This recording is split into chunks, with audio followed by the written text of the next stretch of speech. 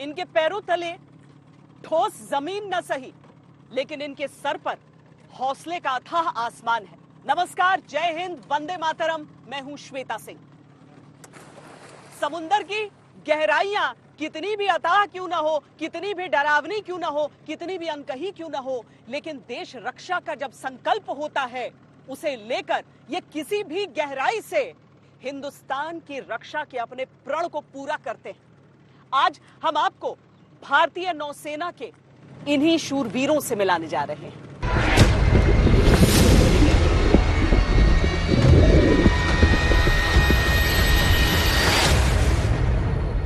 न धरती पर न लहरों की सतह पर इनका दायित्व उन गहराइयों तक है जहां न सांस को हवा है न पांव को जमीन।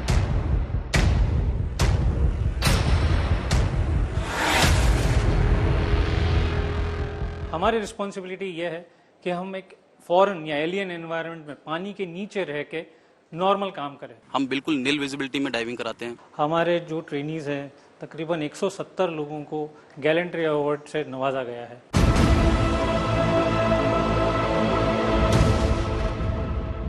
लहरों से ही लड़ाई है,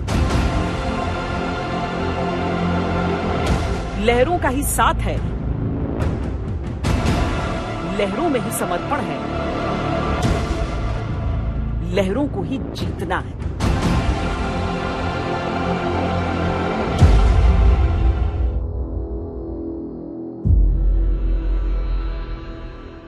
यहाँ पे एक इंडिविजुअल अपनी हंसी खुशी से बोलता है कि मुझे डाइविंग कोर्स करना है। दुनिया के सबसे बेस्ट डाइवर डाइविंग स्कूल से ही निकल रहे हैं, जो कि हमारे यहाँ पे। हम जो ट्रेनीज को एक्सपोज कर रहे हैं वो रियल लाइफ सिचुएशन में है।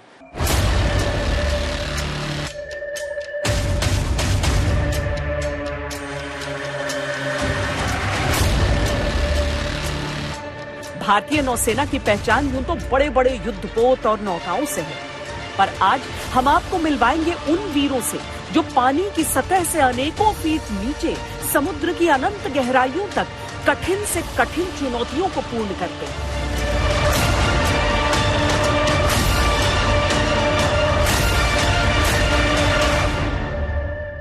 ये सेम जगह के यहीं के ट्रेन किए डाइवर 1971 वॉर में भी गए थे, जिन्होंने ईस्ट पाकिस्तान के साथ में वॉर लड़ी थी। नेवी में इस स्पेशलाइजेशन को सबसे ज्यादा गैलेंट्री अवार्ड से नवाजा गया है। ये भारतीय नौसेना का डाइविंग स्कूल है और आज टीवी पर पहली बार भारतीय नौसेना के इन जल वीरों से आप रूबरू होने जा रहे हैं।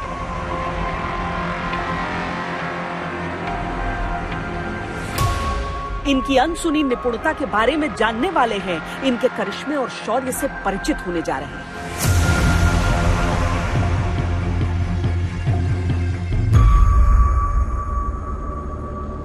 बहुतांश लोग जो इंडियन ओशन रीजन में हैं, वो सब भारतीय नौसेना में आके डाइविंग की ट्रेनिंग ले रहे हैं।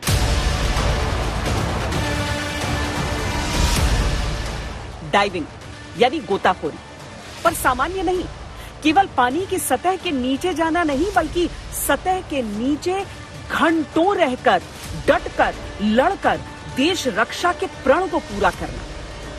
भारतीय नौसेना के इस डाइविंग स्कूल में ही तैयार होते हैं वो महायोद्धा जो जल में अजर हैं, जल पर अमर हैं।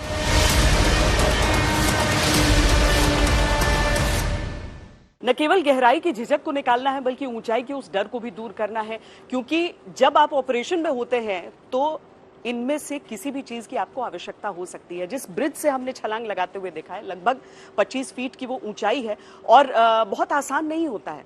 देखने में भले आपको सहज लगे, लेकिन जब आप ऐसा करते हैं तो बहुत सारी ऐसी चीजें होती हैं जो चल रही होती हैं।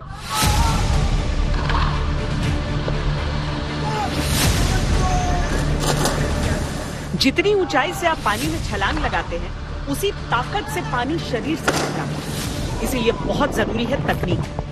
पर जो पहला कदम है वो है मन से पानी के डर को हटाना।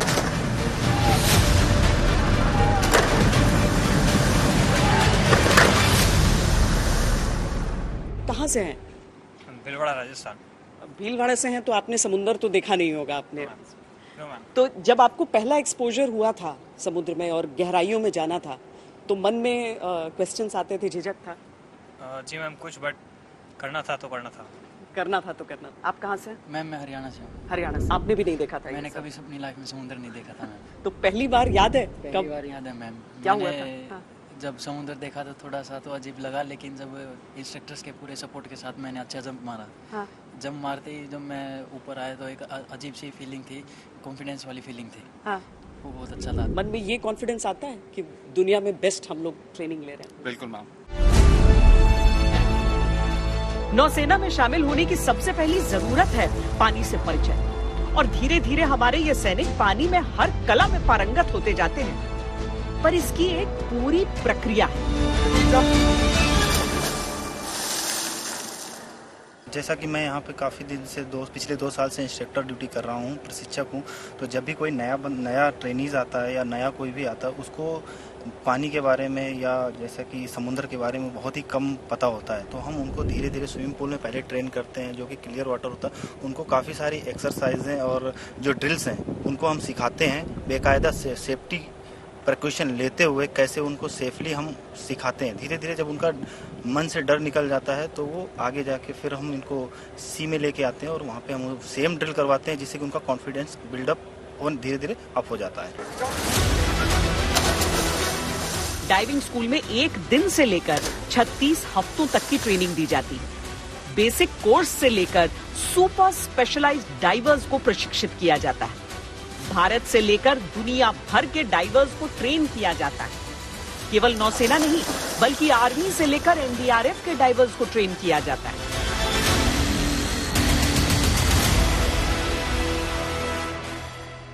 पैरामिलिट्री फोर्स जो कि अबाउट अप्रोक्सीमेटली 10 मीटर्स तक डाइविंग क्वालिफिकेशन करते हैं। Then there are army trainings, जो आर्मी के जवान और अफसर हैं उनको भी हम ट्रेनिंग देते हैं। Plus there are several state government agencies who are also keen on getting trained on diving. Basically NDRF एक ऑर्गेनाइजेशन जो स्टार्ट की गई है, इनको भी हम ट्रेनिंग देते हैं ताकि ये दूर दराज के इलाके में जाके जहाँ पे भी शैलो डेप्थ में अगर उनको डाइविंग की ज़रूरत हो तो वो इस ट्रेनिंग का वो इस्तेमाल कर सकते हैं। इसके अलावा हमारे पास फॉरेन कंट्रीज़ देर आर तकरीबन अबाउट 25 देशों के लोग आके हमारे यहाँ से ट्रेनिंग लेके गए हैं, और हर साल एक स्पेसिफिक पीरियड में ये लोग आते हैं एंड ट्रेन होकर चले जाते हैं। इस स्कूल का आदर्श वाक्य ही दरअसल इस संस्थान के प्रशिक्षण का भी निचोड़ है और इसके उद्देश्य का भी। सर्विस मोस्ट साइलेंट, यानी सबसे खामोश सेवा। अपने बेड़े को रणनीतिक बढ़त देने के लिए एक डाइवर बेहद खामोशी से काम करता है, पानी की सतहों के तले, दुनिया की नजरों से परे।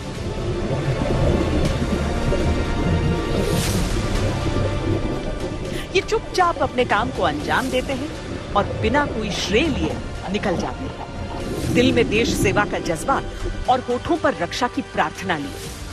इन नौसैनिकों के दिन की शुरुआत ही उस प्रार्थना से होती है जिसे डाइवर्स प्रेयर कहा जाता है।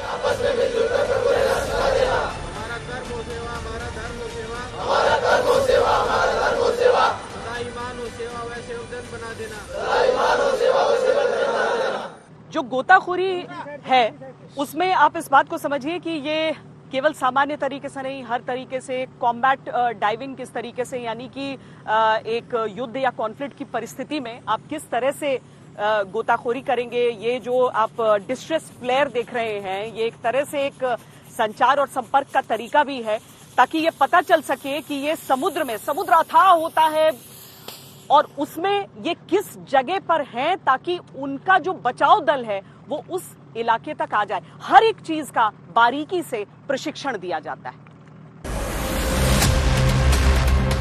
जमीन पर जो भी क्रिया की जाती है, पानी में वही करने में कई गुना अधिक मेहनत लगती है, इसीलिए शारीरिक शक्ति की आवश्यकता बड़ी है। पानी में दिन के प्रशिक्षण के लिए उतरने से पहले इन्हें कठिन शारीरिक प्रशिक्षण से गुजरना पड़ता है।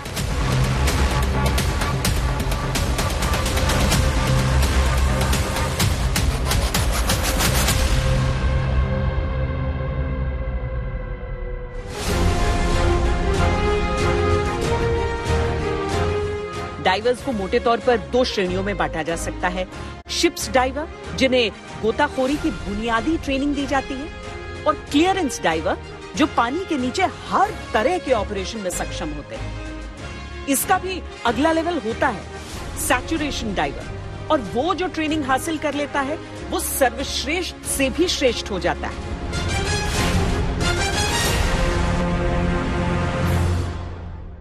शिप डाइवर्स के लिए 8 वीक्स का ट्रेनिंग होता है यहाँ पे, और क्लेंस डाइवर के लिए 9 मंथ्स का होता है, जो कि 3 पार्ट्स में होता है, सैल्वेज डाइविंग, एम्पेक्स और ईओडी। ये स्पेसिफाई क्लेंस डाइवर के लिए होता है ma'am, 9 months. Clearance diver they are specialise for this MCM mine clearance measure के लिए होते हैं। ये माइन क्लियरेंस हार्बर में एज वेल एज जो माइन को एनमी एरिया में उनके शिप्स, सबमरीन्स एंड जो फ्लोटिंग उनके वैल्यूएबल स्ट्रक्चर होते हैं उसको डैमेज करने के लिए क्लियरेंस डाइवर यूज किए जाते हैं। बहरहाल समुद्र की गहराइयों तक जाने की प्रक्रिया एक मुश्किल स्क्रीनिंग से होकर गुजरती है। यहाँ पे एक इंडिविजुअल अपनी हंसी खुशी से बोलता है कि मुझे डाइविंग कोर्स करना है, so once he opts for it, फिर इसका हम एक एप्टीट्यूड टेस्ट लेते हैं। उस एप्टीट्यूड टेस्ट में हम देखते हैं कि ये बंदा खड़ा उतर रहा है कि नहीं, और जो लोग ये एप्टीट्यूड टेस्ट क्लियर करते हैं वही कोर्स करने आ जाते हैं। एक बार वो डाइविंग स्कूल में आ गए तो उसके बाद उनका 2 हफ्ते का स्क्रीनिंग होता है, जिसमें कि उस एप्टीट्यूड टेस्ट के अलावा इनको हम टैंक टेस्ट नाम की चीज़ है, जिसमें कि हम इंश्योर करते हैं कि to see the comfort level, कि ये डाइवर जो नौसैनिक है वो कितना कंफर्टेबल है पानी से, and he has to clear those 2 weeks of screening. और एक बार ये स्क्रीनिंग पूरी कर ले तो then he gets enrolled for the entire duration of the course. भारतीय नौसेना के जिन मार्कोज कमांडोज को विश्व में सबसे घातक होने का रुतबा हासिल है, वो भी इस डाइविंग स्कूल से प्रशिक्षण हासिल करते हैं। लेकिन सबसे खतरनाक होने का ये सफर जहां से शुरू होता है, हम आपको वहां ले चलते हैं।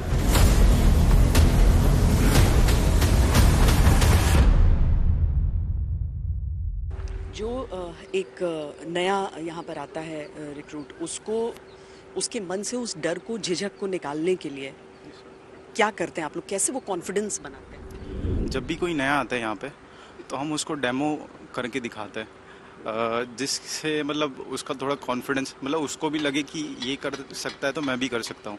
तो हम उसको डेमो करके दिखाते हैं, फिर उसको मतलब एक लेवल वाइज उसको मतलब डायरेक्टली डेंजर में नहीं डालते, जो कॉम्प्लिकेटेड है उसमें नहीं डालते, उसको स्टेप बाय स्टेप थोड़ा सा, जैसे अभी 10 मीटर टैंक है हमारा, तो उसमें हम डायरेक्टली उसको डालते नहीं है, उसको हम पहले स्विमिंग पूल शैलो बॉटम में कराते हैं, उसको प्रैक्टिस कराते हैं, उसके बाद में 10 मीटर टैंक में धीरे धीरे धीरे, तो क्या उसको वो हैबिचुअल हो जाता है उसके लिए, और उसका डर अपने आप निकल जाता है मैम। तो अगर इस पूरे टाइम का जो हम ट्रेनिंग के पीरियड को देखें तो उसमें कितना समय में वो एक स्विमिंग पूल से एक टैंक में, और टैंक से आगे हम कहें कि समुंदर तक पहुंचने के लिए तैयार हो जाते हैं? मैम जैसे वो आ जाते हैं रिक्रूट नए, तो उनको हम 2 हफ्ते तक, मतलब फर्स्ट हफ्ता हम उसको स्विमिंग पूल में कराते हैं, उसके बाद में नेक्स्ट वीक जो रहता है वो हम 10 मीटर टैंक में कराते हैं, और जैसे उसका धीरे धीरे कॉन्फिडेंस बढ़ता है 3rd या 4th वीक में हम उसको चैनल में, जैसे आप बता रहे समुंदर में हम डालते हैं। समुंदर में भी हम डायरेक्टली डीप एंड में नहीं डालते, हम उसको पहले शैलो, जहाँ पे जैसे यहाँ पे ज़्यादा डेप्थ नहीं है, वहाँ पे हम उनको पहले प्रैक्टिस कराते हैं, उसके बाद में जैसे उनका कॉन्फिडेंस लेवल बढ़ता है वह उसको हम डीप एंड में लेके जाते हैं। अब यहाँ ये समझिए कि इन्हें केवल पानी के भीतर जाने का प्रशिक्षण नहीं दिया जाता, बल्कि भीतर जाकर हर तरह की मुश्किल से मुश्किल कार्रवाई को अंजाम देने का प्रशिक्षण दिया जाता है। अंडर वाटर जो वेल्डिंग की कार्रवाई चल रही थी, उसके बारे में बताएं। अंडर वाटर वेल्डिंग में हम लोग ट्रेन करते हैं जो डाइवर को, उसको स्टार्टिंग से इस तरह सिखाया जाता है कि आपको करंट का सर्किट कंप्लीट करने के बाद में ऑक्सीजन से सप्लाई दी जाती है, जैसा कि आज हमने डेमोन्स्ट्रेशन में दिखाया था। एक करंट का सर्किट, इलेक्ट्रिक सर्किट पूरा होने के साथ में ही हम ऑक्सीजन की सप्लाई रखते कंटिन्यू, ताकि एक बार जब करंट का स्पार्क आ गया उसके बाद में ऑक्सीजन सप्लाई जब एक बार फायर कैच कर लेती है, उसके बाद कंटिन्यूसली अगर करंट ऑफ भी हो जाता है तो ऑक्सीजन कंटिन्यूसली बर्न होती रहती है। और एक इलेक्ट्रिकल रोड हम यूज करते हैं जो कि वेल्डिंग के लिए, उस रोड से ऑक्सीजन के साथ में रोड के अंदर ये 7 रोड्स दी हुई है जो कि अपनी प्लेट को कट करने का काम करती है। जरूरी नहीं कि दिए हुए टास्क को करने के दौरान पानी साफ हो, आर पार नजर आए। अधिकतर इन्हें ऐसे इलाके में ऑपरेट करना होता है जहां साफ साफ दिखाई भी नहीं पड़ता। तो कई बार ऐसा होता होगा जब विजिबिलिटी नहीं है लेकिन पानी के नीचे जाके काम करना पड़ता है। ऐसा बहुत बार होता है, कोई भी ऑपरेशन या कुछ भी हो तो हम नील विजिबिलिटी में करते हैं। बट जब हम ट्रेनिंग कंप्लीट कर लेते हैं, जब डाइविंग स्कूल से जब बंदा पास आउट होता है मैम, उसके अंदर इतना कॉन्फिडेंट आता है कि उसको आप किसी भी एरिया में कैसी भी नील विजिबिलिटी में डाल दोगे तो वो डाइविंग के लिए कंफर्टेबल रहेगा। पानी के नीचे जो चुनौतियां हैं उनमें सबसे पहली चुनौती है दबाव यानी प्रेशर। पानी के नीचे जाते हुए हर 10 मीटर पर दबाव कई गुना बढ़ जाता है।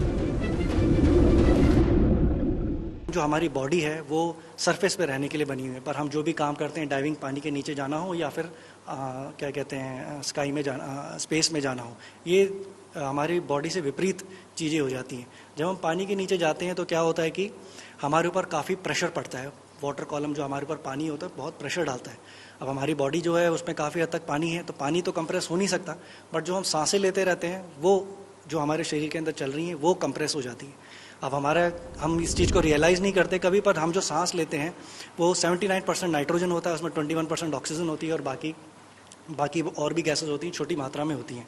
तो 21% ऑक्सीजन ही हम अब ले रहे होते हैं और बाकी 79 नाइट्रोजन ले रहे होते हैं। तो जब हम इस नाइट्रोजन को लेके पानी के नीचे जाते हैं, डेप्थ पे जाते हैं, तो आपने काफ़ी सारी जगहों पे बाहर भी देखा होगा कि वो जैसे जैसे जाते हैं ये नाइट्रोजन जो है कंप्रेस होने लगती है, तो ये कंप्रेस होकर हमारे खून में मिल जाती है। ये एक तरह से डेंजर इसलिए है कि मैम इसलिए डेंजर भी हो जाता है, जैसा आपने देखा होगा, आपने एक सॉफ्ट ड्रिंक की बोतल अगर देखी होगी तो सॉफ्ट ड्रिंक के अंदर ऑलरेडी एक गैस होता है, तो सरफेस पे रखी रहती है बोतल, तो उसमें आपको गैस मिली हुई दिखती तो है नहीं, पर आप उसको हिला दें तो क्या होता है पूरी गैस भी बाहर आ जाती है और लिक्विड भी बाहर आ जाता है, जैसे सॉफ्ट ड्रिंक में होता है। इसी प्रकार जब डाइवर होता है पानी के नीचे, जब वो डेप्थ में नीचे जाता है तो जो नाइट्रोजन गैस है वो हमारे अंदर डिजॉल्व हो जाती है। अगर हमने सिखलाए गए तरीके से नहीं ऊपर आए, अगर हमने सही एसेंट रेट नहीं फॉलो किया, तो क्या होगा, ये गैस हमारे शरीर से बाहर आ जाएगी और जैसे लिक्विड और ये चीज़ें बाहर आ जाती हैं, ये सब हमारे शरीर से बाहर आ जाएगा और काफ़ी हमें नुकसान हो सकता है। इस दबाव से लड़ने और उसे झेलते हुए दिए हुए मिशन को पूरा करने का अद्भुत प्रशिक्षण हम आगे आपको दिखाएंगे। अभी आपको कॉम्बैट डाइविंग का प्रशिक्षण दिखाते हैं, यानी गोताखोरी का वो पहलू जो युद्ध की परिस्थितियों में इस्तेमाल किया जाता है।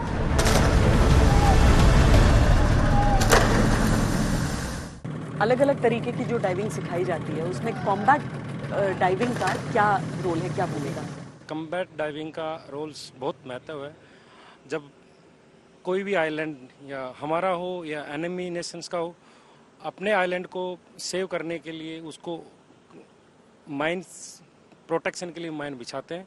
दूसरा, एनिमी के आइलैंड्स में जाने से पहले उसको हमारे ट्रूप्स वहाँ पे सेफली लैंड करे, उससे पहले हमारी टीम क्लियरेंस डाइविंग टीम जाती है, उनको बीच क्लियरेंस बोलते हैं, बीच क्लियरेंस करके उसको अंडर वाटर जाके देखते हैं कि कोई माइंस या कोई ऐसा ऑब्स्ट्रक्शन नहीं है जिससे हमारे ट्रूप्स उस आइलैंड पे जाके फंस जाए।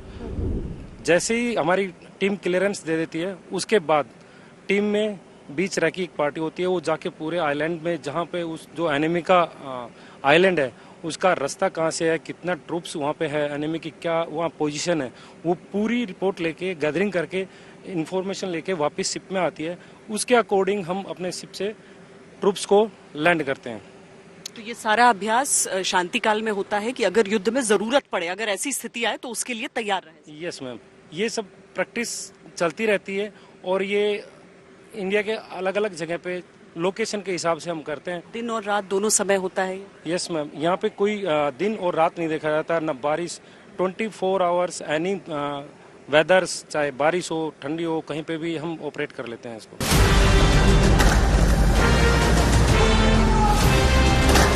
इनकी रणभूमि में रण तो है पर पैरों के नीचे भूमि नहीं। लेकिन ये एक लौती चुनौती नहीं है जिससे ये दो चार होते हैं। सबसे जटिल रण क्षेत्र की चुनौतियां भी अनदेखी हैं।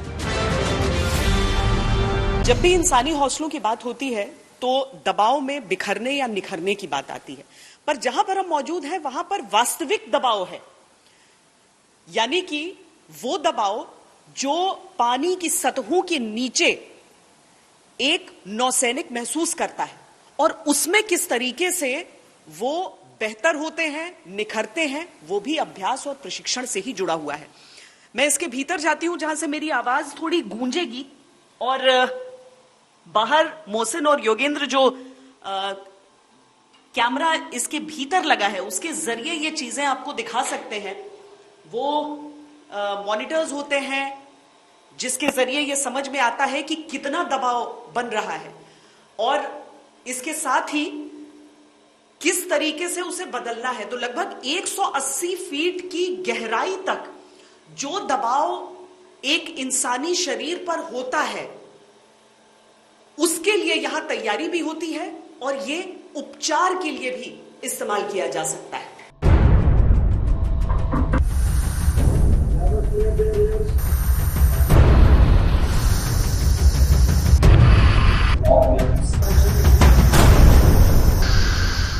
पानी में जाने से पहले हम डाइवर को यहाँ टेस्ट करते हैं कि वो यहाँ पे कंफर्टेबल है कि नहीं, उसका कान से कोई प्रॉब्लम तो नहीं आ रहा, नोज से ब्लड तो नहीं आ रहा है।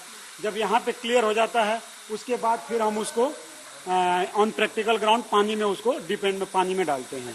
कुछ देर पे मैं देख रही हूँ कि आप लोग प्रेशर करते हैं फिर रुकते हैं। हाँ, उसमें क्या होता है मैम, जैसे 5 डाइवर हैं तो सबका मतलब ईयर ड्रम एक जैसा है नहीं, तो किसी का कान क्लियर हो जा रहा है तो जा रहा है क्लियर, कंटिन्यूसली अपना क्लियर कर रहा है। जिसका कान नहीं क्लियर हो रहा है तो अगर ईयर ड्रम में प्रॉब्लम हो रहा है तो हम उसको वहीं पे स्टॉप कर दे रहे हैं। स्टॉप करके फिर वापस हम उसको सरफेस लेके आते हैं। तो सरफेस लेके आने पे बॉडी थोड़ा प्रेशर कम पड़ता है तो फिर वहां पे कान क्लियर करता है। इसके बाद फिर वापस हम उसको प्रेशराइजेशन डिपेंड में करते हैं मैम। ये बाहर भी निकलेंगे तो अचानक निकल जाएंगे या नहीं मैम, स्लोली जैसे हम ऊपर डाउन में लेके जाते हैं वैसे स्लोली आप इसको लेके आते हैं मैम। अब क्या कर रहे हैं? अभी इनको हम OTT जो एक बिब्स होता है ma'am, built in breathing system है, उसको हम अभी पहना रहे हैं। इसका हम अभी ऑक्सीजन टॉलरेंस टेस्ट करेंगे ताकि हर इंसान का जो बॉडी होता है किसी का ऑक्सीजन सभी लोग कंज्यूम कितना करता है उसका हम ऑक्सीजन टेस्ट 18 मीटर पे करते हैं ताकि उसके ऑक्सीजन सहने की जो उसकी बॉडी की क्षमता हो पा रही है नहीं हो पा रही है।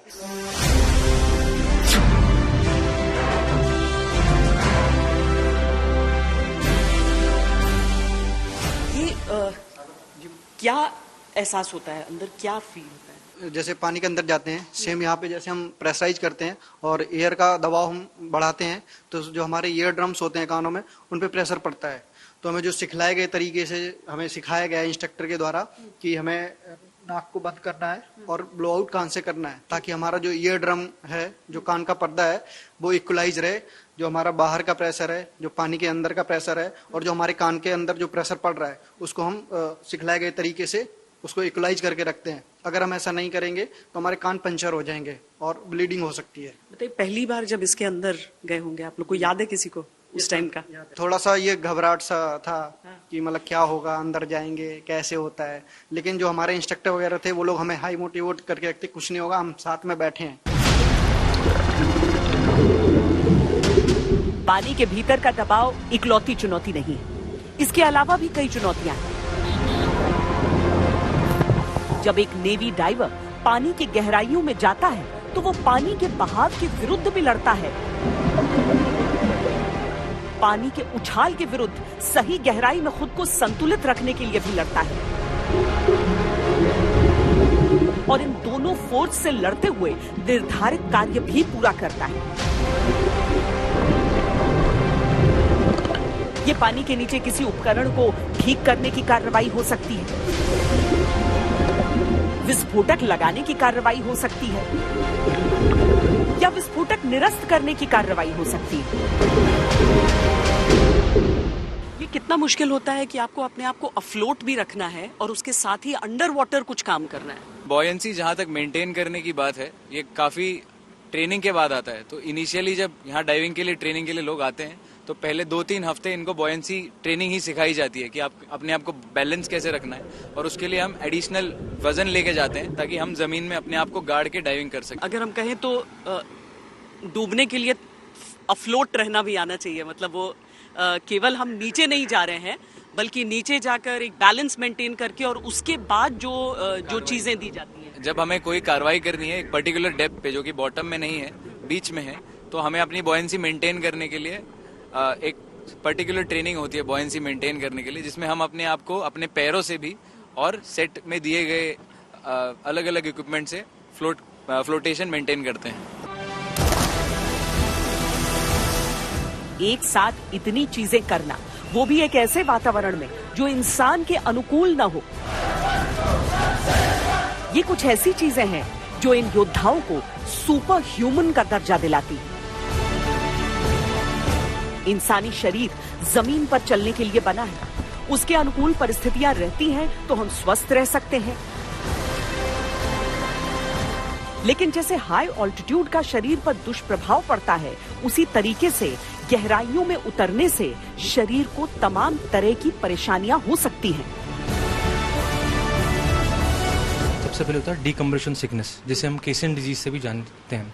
दूसरा होता है CAG, केज बोलते हैं, जैसे cerebral artery gas embolism and pulmonary bed trauma. इन सब को देखने के लिए हम उनका सबसे पहले मेडिकल इन्वेस्टिगेशन करते हैं।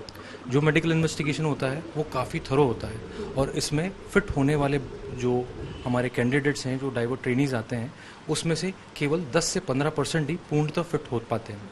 यानी कि जब जैसे जितने फीट नीचे जाते हैं जो हमारे डाइवर्स हैं, बॉडी किस तरीके से रिएक्ट करती है, क्या होता है हमारे शरीर पर असर उस अंडर वाटर डेप्थ? अभी जिस प्रेशर पे हम बात कर रहे हैं, ये एक 1 एटमॉस्फेरिक प्रेशर है। जैसे ही हम इस प्रेशर से नीचे जाएंगे एट सर्टन डेप्थ, हर 10 मीटर पे हमारा जो दबाव है वो एक एटमॉस्फेरिक प्रेशर बढ़ता रहेगा।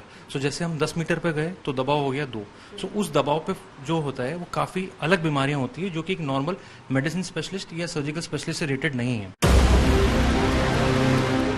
इन सारी चीजों को ध्यान में रखते हुए सभी सैनिकों का नियमित चेकअप होता है और हर बात का बारीकी से ख्याल रखा जाता है।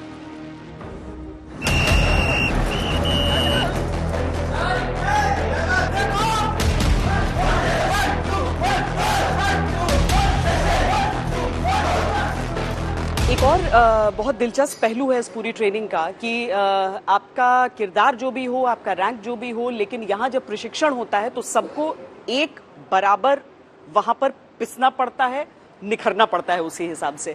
चाहे आप ऑफिसर्स हो, चाहे आप सेलर्स हो, आप देखिए तो उसी पहनावे में, यानी उसी यूनिफॉर्म में आप कहेंगे, और एक जैसी ही ट्रेनिंग, सब कुछ एक जैसे ही होता है सुबह से शाम तक। सभी का अफसर सेलर सभी का एक साथ होता है, जो भी रनिंग स्विमिंग जो होते हैं सभी एक सेम क्लास होती है मैम। अच्छा, कुछ मतलब इसमें एज प्रोफाइल ये सब भी देखा जाता है, कितने इयर्स ऑफ सर्विस हैं, या फिर जब इस ट्रेनिंग के लिए आते हैं तो सभी? No ma'am, for this training everyone will be treated the same, be it whatever the age, they will be treated the same. भारतीय नौसेना के इन जलवीरों ने देश की हर पुकार पर पराक्रम दिखाया। किसी मुश्किल के आगे रुके नहीं, किसी चुनौती के आगे झुके नहीं। किसी भी संस्थान में ऐसी जगह जरूर होती है जहां पर यादों, उपलब्धियों सबको संजोया जाता है, लेकिन ये एक ऐसी जगह है जहां पर एक पूरे के पूरे समय काल को संजो कर रखा गया है। जब डाइविंग की हम बात करते हैं तो उपकरणों से ही सब पूरा फर्क दिख जाता है। पुराने जमाने के अगर आप सेट देखेंगे तो ये काफ़ी विंटेज हैं, ये काफ़ी भारी थे और इनको यूज़ करने के लिए काफ़ी मशक्कत की जाती थी। ये क्या है? ब्रीदिंग गैस लिखा है मैम, ये एक तरह का पैनल है, इसमें डाइवर में अम्बिलिकल कॉर्ड कनेक्ट करके डाइवर को नीचे एयर दी जाती थी। अच्छा। तो वो यहाँ से हम उसको रेगुलेट करते थे और डाइवर नीचे सांस लेता था। अब डाइवर को पानी के नीचे जाने के लिए वो पानी में डिसबैलेंस हो जाता था। डिसबैलेंस ना हो तो उसका एक जो सूट होता, काफ़ी हैवी सूट होता था, उसके अंदर लेड वेट्स होते थे। तो जैसे आप इस बूट को देखेंगे, ये करीब 3 से 4 kg का है। ये पहन के जाते थे मैम। ये एक बूट होता था। मैं उठाकर देखूं? हाँ मैम, बिल्कुल। ये आप उठा नहीं पाएंगी। अच्छा, एक हाथ से नहीं उठेगा? यस मैम, एक हाथ से नहीं उठेगा, ये आपको दोनों हाथ से उठाना पड़ेगा। ओह, ये मुझे लगता है 3 से 4 किलो से ज्यादा है। Yes ma'am. ये बूट पहनकर जाना ताकि नीचे काम कर सके। वो नीचे काम कर सकें, पानी के नीचे डिसबैलेंस ना हो। अब क्या बेहतर हो रहे हैं हमारे इक्विपमेंट, मतलब समय के साथ हम कदम से कदम मिलाकर चल रहे हैं? यस मैम, अभी क्या हो रहा है कि मेक इन इंडिया का भी काफ़ी इनिशिएटिव है। Local make in India with in the country काफ़ी सारी चीज़ें निकल के आ रही हैं। तो अभी भी हमारे पास में डाइविंग में काफ़ी सारी चीज़ें हैं जो हम विद इन इंडिया डेवलप कर पा रहे हैं। तो उससे अब ये फ़ायदा हुआ है कि हमारे पास में प्रेजेंट आज की तारीख में जो डाइविंग इक्विपमेंट हैं वो अगर हम कहेंगे तो वो वर्ल्ड की बेस्ट क्वालिटी के हैं।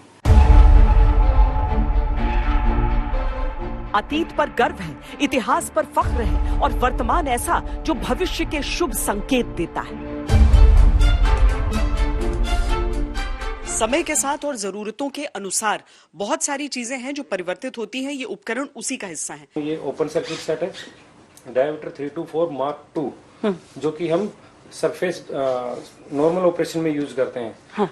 Surface demand diving equipment so that इसमें डाइवर्स का कम्युनिकेशन कंटिन्यू दे सकते हैं और डाइवर को बिना किसी रुकावट के लंबे समय तक डाइविंग दे सकते हैं। This equipment is for DP1 cylinder. ये जो सिलेंडर है, हाँ. This cylinder is connected with this BCD and ये अम्बिलिकल है, मतलब हम यहाँ से हवा सप्लाई सरफेस से भी हम उसको सप्लाई देते हैं कम्युनिकेशन डाइवर को कम्युनिकेशन में बेसिकली। माउंटेन एरिया में रेस्क्यू करने के लिए हम बस आर सेट्स का यूज करते हैं। अच्छा। जहाँ पे भी हम अप्रोच नहीं बना सकते बोट और जेमिनी से। अच्छा। जो हम माइन को जब हम टैकल करते हैं तो अलग अलग टाइप के सेट्स यूज करते हैं। तो one of which is these are the different types of set.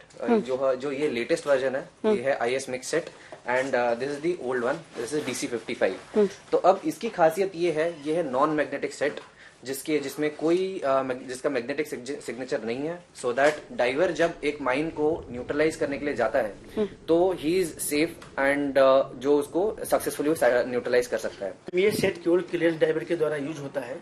ये ओल्ड वर्जन है, इसका नाम है ऑक्सी 57। ये OX10 है मैम। इस सेट में प्योर ऑक्सीजन यूज होता है एंड ऑक्सीजन जो एक क्लोज सर्किट सेट है तो ऑक्सीजन फायदा ये होता है कि इसमें बबल्स बाहर नहीं आते। ये diver under water communication system है। हम जब कोई भी डाइविंग कंडक्ट करते हैं तो उसके लिए कम्युनिकेशन बहुत ही अहम रोल होता है।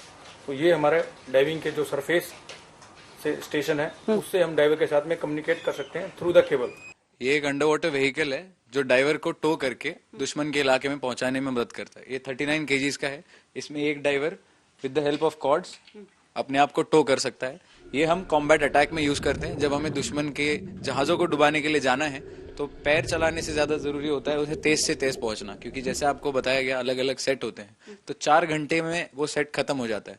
4 घंटे के अंदर हमें जहां से हमें अपनी सबमरीन या शिप छोड़ रही है वहां से दुश्मन के शिप पे जाके माइन लगाना है और वापस आना है। और जैसे ही हमें कहीं एंट्री करना है, आजकल रोड पे गूगल मैप्स आ गए हैं, तो ये DHNS है, डाइवर हैंडल नेविगेशन सिस्टम। ये आर्टेमिस प्रो कंपनी का मेक है। तो इसमें बहुत सारे सेंसर्स फिटेड हैं। इसमें GPS, GLONASS, GNSS, बाइदाओ अलग अलग सैटेलाइट फीड आती है। पर क्योंकि पानी के नीचे ये सिग्नल आते नहीं है तो इसमें एक बीकन दिया गया है जो कि एक फ्लोट की तरह काम करता है। हम इसे ऊपर छोड़ के पूरी पोजीशन रिफ्रेश कर सकते हैं। पर ये सिस्टम अगर आप सैटेलाइट नहीं मिल रही हैं तो डेड रेकनिंग सिस्टम होता है जो सबमरीन हमारी फॉलो करती है। युद्ध की चुनौती के लिए हमारे नौसैनिकों के पास उपकरण और प्रशिक्षण आपने देखे। इसके साथ ही हम आपको वो उपकरण भी दिखाते हैं जो आतंक के खिलाफ लड़ाई में आवश्यक है।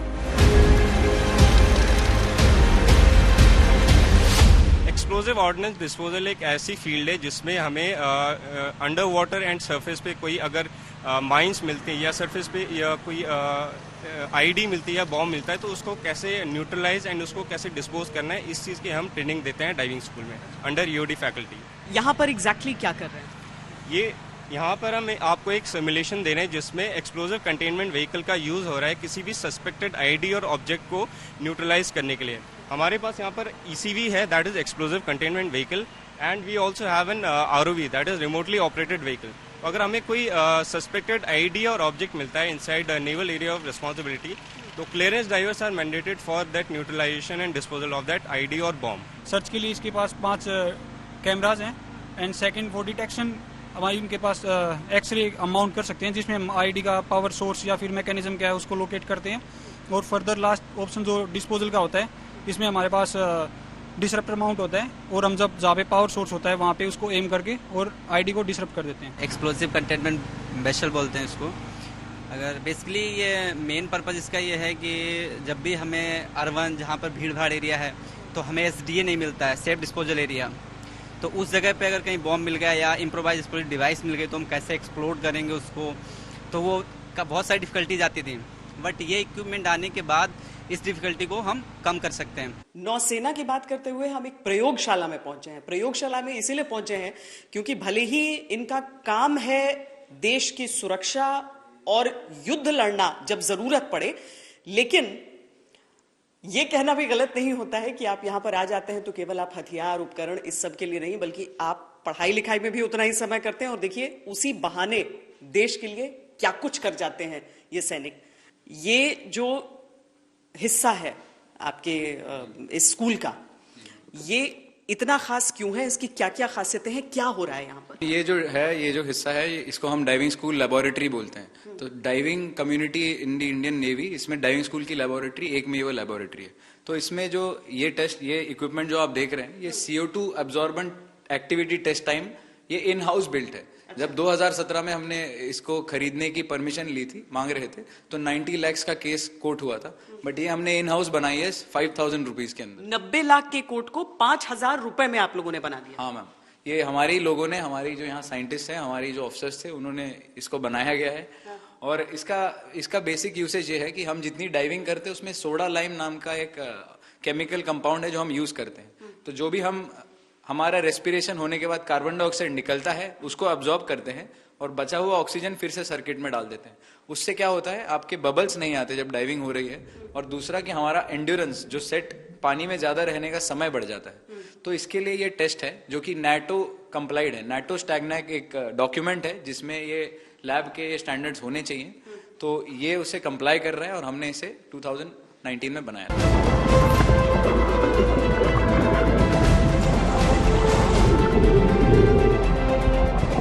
ये हिंदुस्तान का गुरूर है, देश का विश्वास है। ये प्रतिदिन असंभव को संभव करते हैं अपना दायित्व मानकर। साहिल का सुकून नहीं, लहरों की चुनौतियां जिसका दिन रात सामना करते हैं ये। अभी के लिए इतना ही। कैमरा पर्सन सैयद मोहसिन और योगेंद्र सिंह के साथ मुझे दीजिए इजाजत। वंदे मातरम।